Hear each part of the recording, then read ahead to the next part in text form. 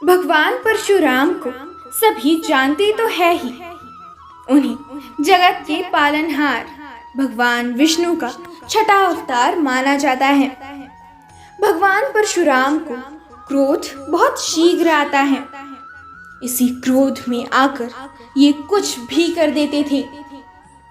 कहते हैं कि परशुराम ने 21 बार समस्त क्षत्रिय वंशों का संहार कर भूमि को क्षत्रिय विहीन कर दिया था।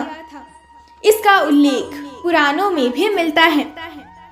आखिर भगवान परशुराम ने ऐसा क्यों किया था, ये आज हम जानेंगे। उससे पूर्व यदि आप इस चैनल पर नए हैं तो चैनल को सब्सक्राइब कीजिए और बेल आइकन को भी अवश्य प्रेस कीजिए ताकि हमारे नए वीडियो सबसे पहले आपके पास पहुंचे। तो चलिए शुरू करते हैं।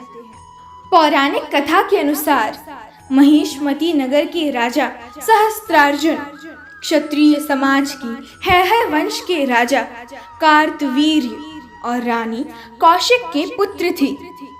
सहस्त्रार्जुन का नाम वास्तव में अर्जुन था।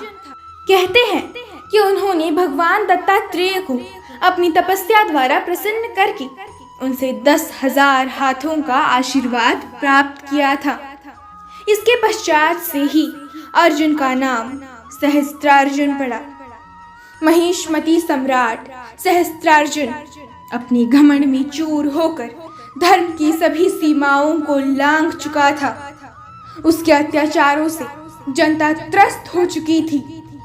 वेद पुराण और धार्मिक ग्रंथों को मिथ्या बताकर ब्राह्मण का अपमान करना, ऋषियों के आश्रमों को नष्ट करना, उनका अकारण वध करना, प्रजा पर निरंतर अत्याचार करना, यहाँ तक कि उसने अपने मनोरंजन के लिए मदिरा के नशे में चूर होकर स्त्रियों के सतीत्व को भी नष्ट करना शुरू कर दिया था।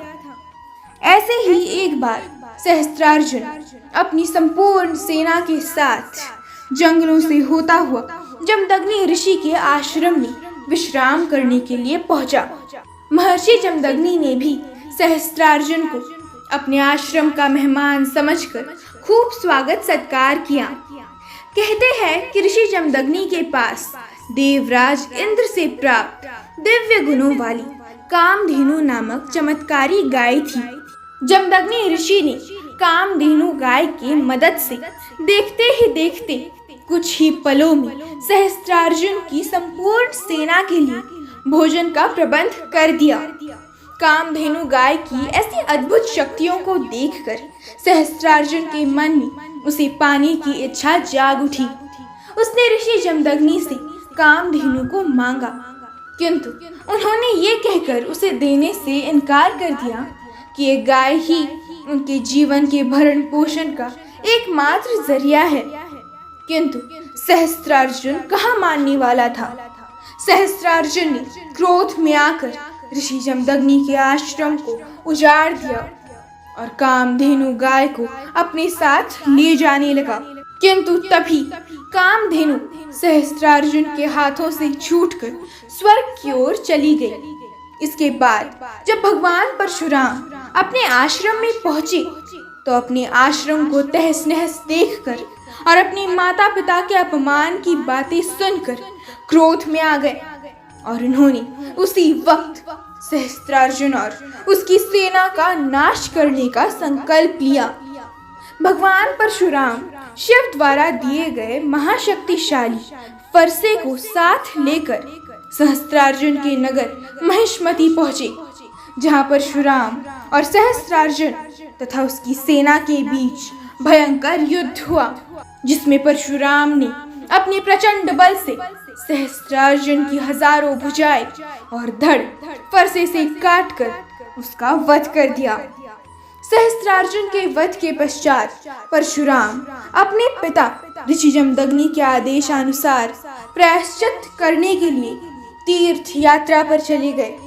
तभी अवसर पाकर सहस्त्रार्जुन के पुत्रों ने अपने सहयोगी क्षत्रियों की मदद से तपस्या रत ऋषि जमदग्नि का उनके ही आश्रम में सिर काटकर उनका वध कर दिया।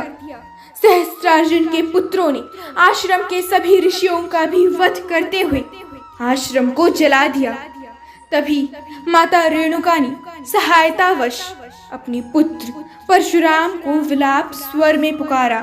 जब परशुराम अपनी माता की पुकार सुनकर आश्रम में पहुंचे तो माता को विलाप करते देखा और वहीं पास ही पिता का कटा सर और उनके शरीर पर 21 घाव देखे।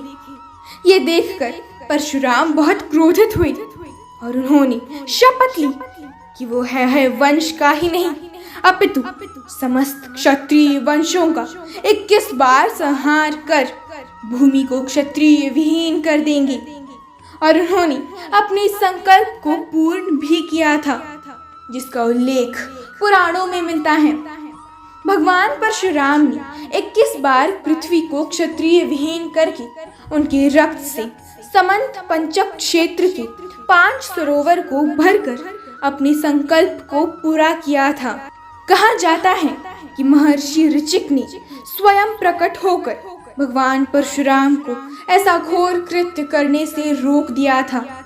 तब जाकर किसी तरह क्षत्रियों का विनाश भूलोक पर रुका।